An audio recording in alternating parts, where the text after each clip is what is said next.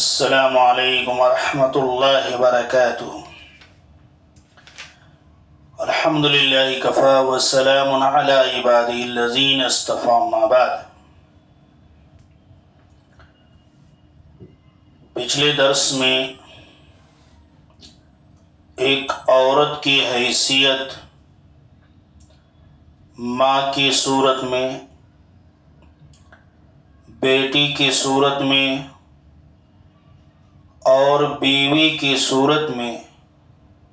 اسلام نے اس کو کیا مقام اور مرتبہ دیا ہے اس کا ذکر ہوا تھا۔ اب اس درس سے اسلام نے جو عورت کا مقام و مرتبہ رکھا اس سے موازنہ کرتے ہیں کہ زمانے جاہلیت میں عورت کی حیثیت کیا تھی، جس سے واضح ہو جائے گا کہ اسلام نے عورت کو کیا کچھ نہیں دیا ہے۔ تو سب سے پہلے دیکھتے ہیں کہ زمانے جاہلیت میں عورت وراثت سے محروم مانی جاتی تھی، یعنی زمانے جاہلیت میں لوگ صرف مردوں کو وراثت کا حقدار سمجھتے تھے اور عورتوں اور بچوں کو اس سے محروم رکھا جاتا تھا۔ ان کا وراثت میں کوئی حق، کوئی حصہ، کوئی حقوق نہیں ہوتا تھا۔ اللہ رب العالمین نے سورہ النساء کے اندر اس کا انکار کیا اور عورت کو بھی مردوں کی طرح حق دلایا، جیسا کہ اللہ رب العالمین نے فرمایا وَلِلرِّجَالِ نَصِيبٌ مِّمَّا تَرَكَ الْوَالِدَانِ وَالْأَقْرَبُونَ وَلِلنِّسَاءِ نَصِيبٌ مما ترك الوالدان والأقربون مما قل منه أو كثر نصيبا مفروضا۔ والدین اور قریبی رشتہ دار جو کچھ چھوڑ جائیں اس میں مردوں کا حصہ ہوتا ہے، اور والدین اور قریبی رشتہ دار جو مال چھوڑ جائیں اس میں عورتوں کا بھی حصہ ہوتا ہے، چاہے وہ مال تھوڑا ہو یا زیادہ، اور یہ حصے اللہ کی طرف سے مقرر کر دیے ہیں۔ میرے بھائیو، اس آیت کریمہ کے طرز بیان کی گہرائی کو دیکھیں کہ کس طرح اللہ رب العالمین نے کتنی بہترین اسلوب کے ساتھ یہ تذکرہ کیا ہے کہ بعد کا زمانہ جب آئے گا، جیسے کہ یہ دور چل رہا ہے، اس میں عورتوں کو وراثت دینے کے، وراثت میں ان کا حق دینے کے مختلف بہانے تلاش کیے جائیں گے۔ انہی بہانوں میں سے ایک بہانہ یہ ہے کہ اگر کسی کے باپ نے بہت زیادہ جائیداد، پراپرٹی، مکان، دکان، زمین وراثت میں چھوڑا ہے تو بھائی اس میں سے اپنی بہنوں کا کچھ حق دے دیتا ہے، اس لیے کہ اس کے باپ نے اتنا چھوڑا ہے کہ اس کی زندگی آرام سے کٹ سکتی ہے، اس کے لیے بنگلہ ہے، گھر ہے، گاڑی ہے، زمین و جائیداد اتنی زیادہ ہے کہ اس کی زندگی آرام سے کٹ سکتی ہے، تو زائد رقم کو اپنی بہن کو دے دیتا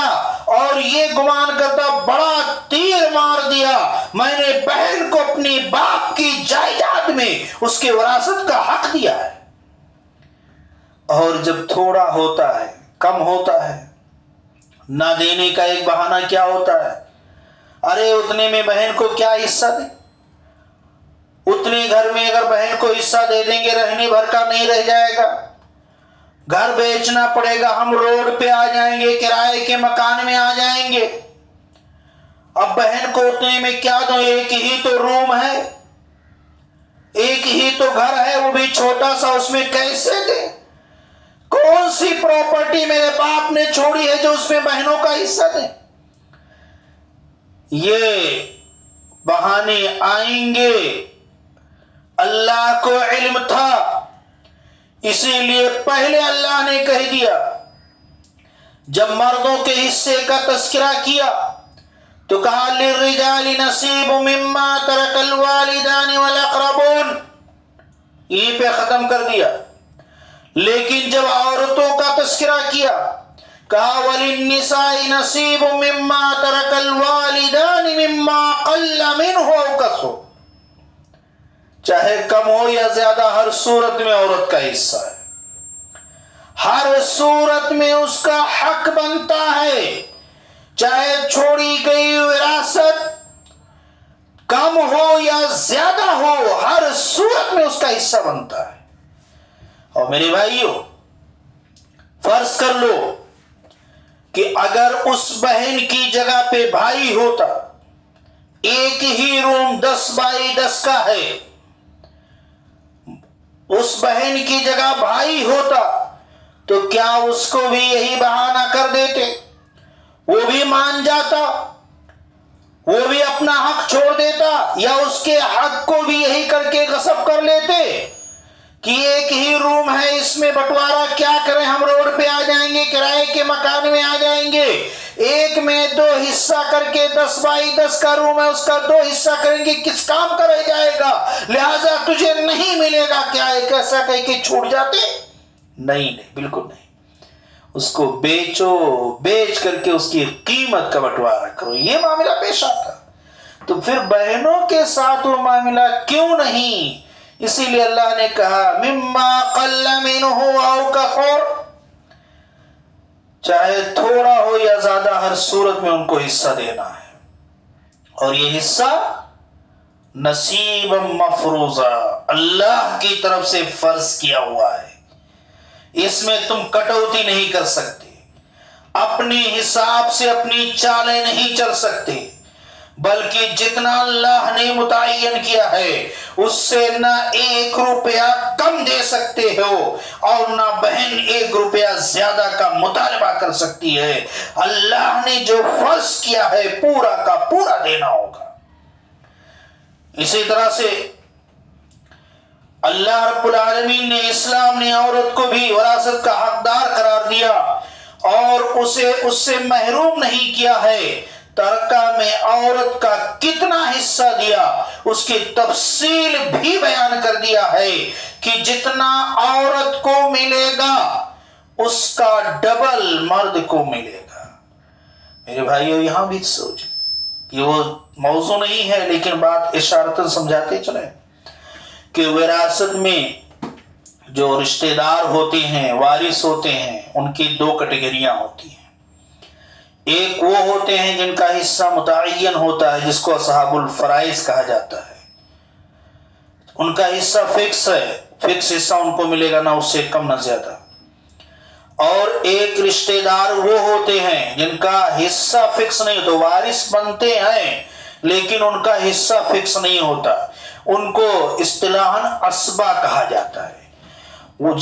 جن کا حصہ فکس ہے ان کو دینے کے بعد جو کچھ بڑھے گا، کم بڑھے زیادہ بڑھے، پورا کا پورا وہ حقدار بن جاتے ہیں۔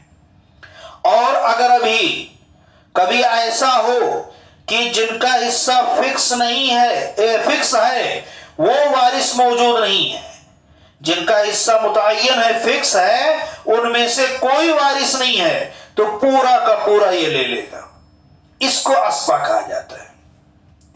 لڑکے، بیٹے، یہ اسبہ کی کیٹیگری میں آتے ہیں۔ کس کے کیٹیگری میں آتے ہیں؟ اسبہ کی۔ لڑکیاں اگر اکیلے ہیں، لڑکا نہیں ہے، ان کے بھائی نہیں ہیں، تو وہ اکیلے اصحاب الفرائض کی کیٹیگری میں آتے ہیں،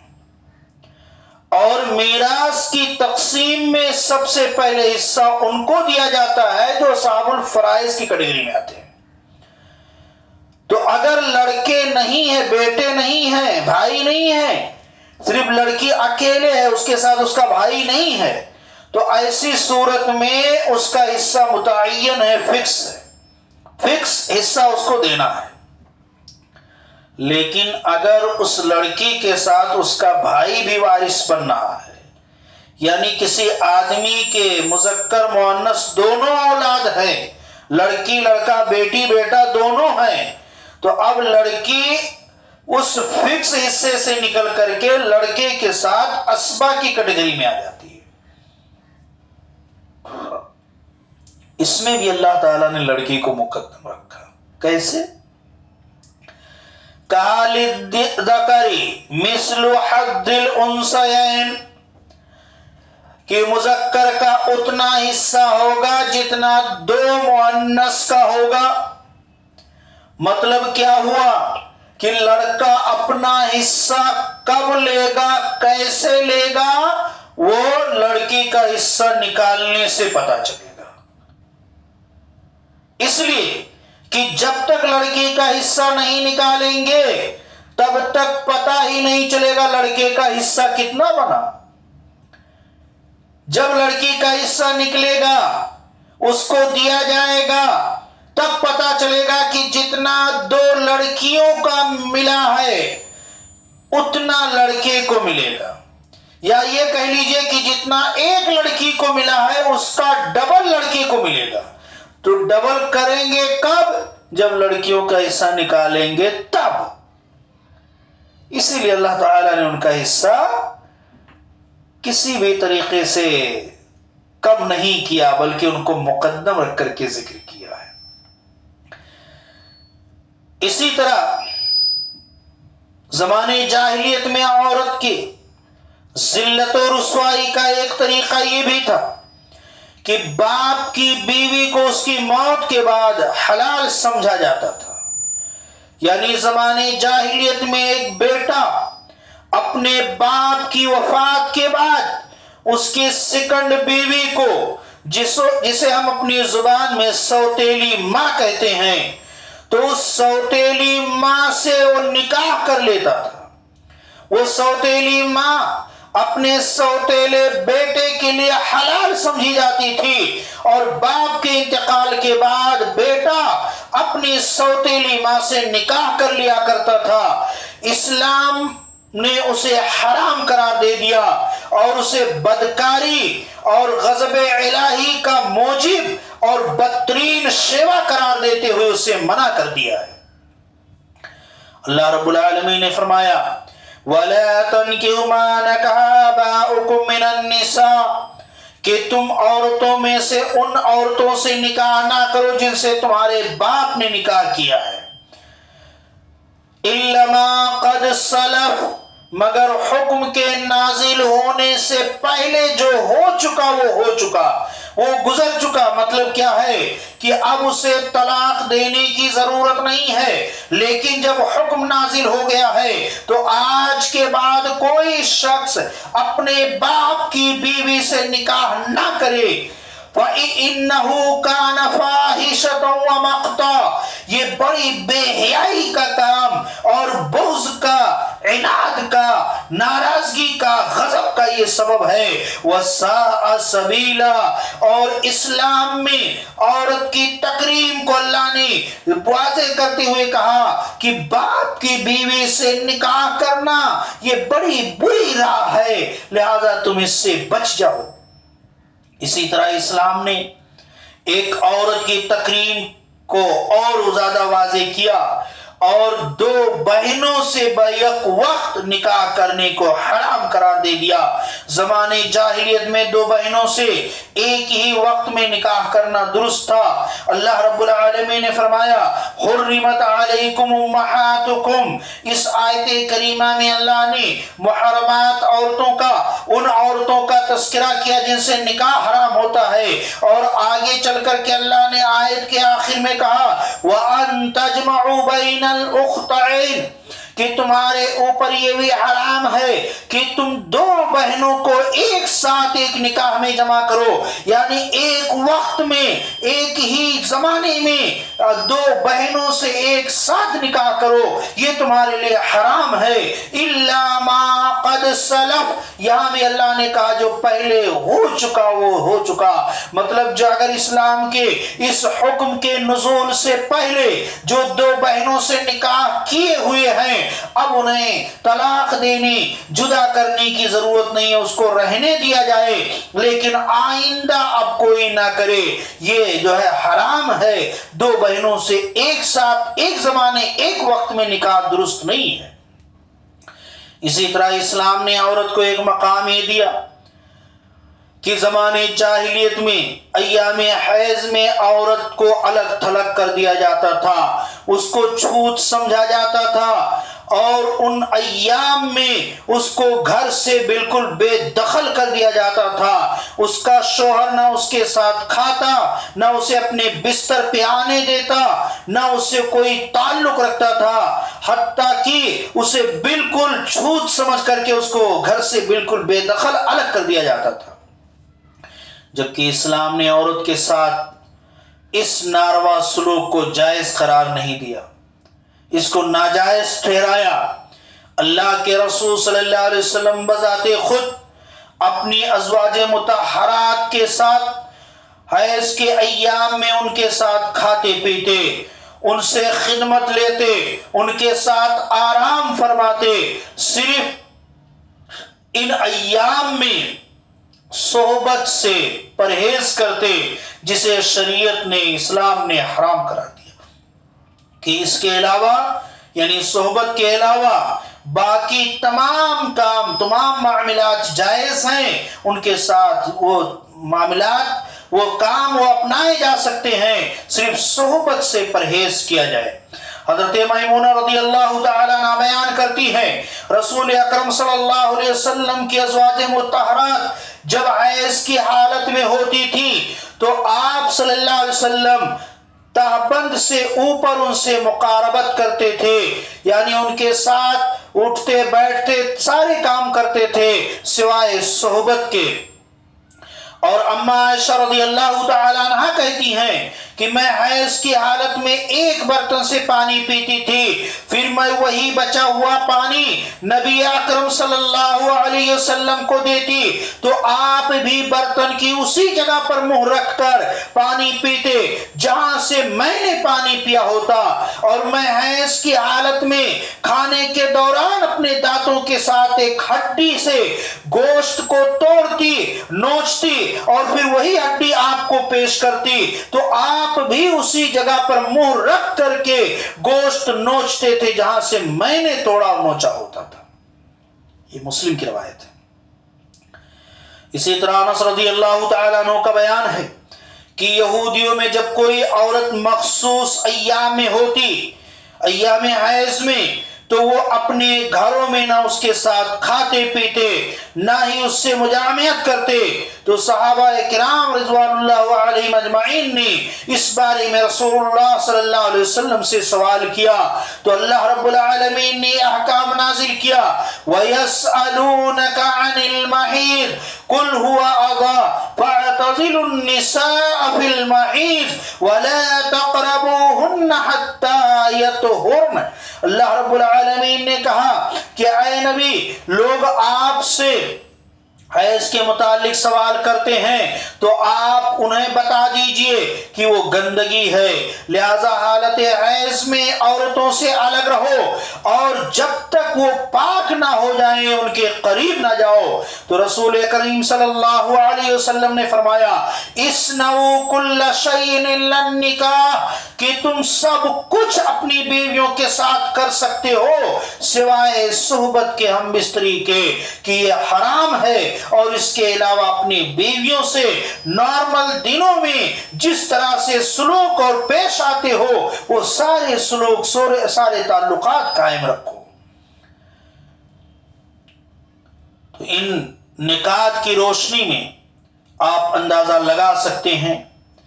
کہ اسلام نے عورت کو کتنا اونچا مقام دیا ہے۔ اس لیے مغرب ذرائع ابلاغ کے گمراہ کن پروپوگنڈا سے متاثر ہو کر کے قطعاً اس احساس میں مبتلا نہیں ہونا چاہیے کہ اسلام نے عورت کو محروم کر دیا ہے، اس سے اس کی بنیادی حقوق کو سلب کر لیا ہے، کیونکہ محض ایک افترا ہے، ایک جھوٹ ہے، اس کی حقیقت اب تک ثابت نہیں ہوئی ہے۔ اور یہ حقیقت ہے کہ اسلام نے جو مقام عورت کو دیا وہ نہ مغرب نے دیا، نہ یہودیت نے دیا، نہ عیسائیت نے دیا، یا دنیا کے کسی مذہب اور کسی دین اور دھرم نے وہ مقام و مرتبہ نہیں دیا ہے۔ اللہ تعالیٰ سے دعا ہے کہ الہ العالمین کہنے اور سننے سے زیادہ سمجھ کی توفیق عطا فرمائے، آمین۔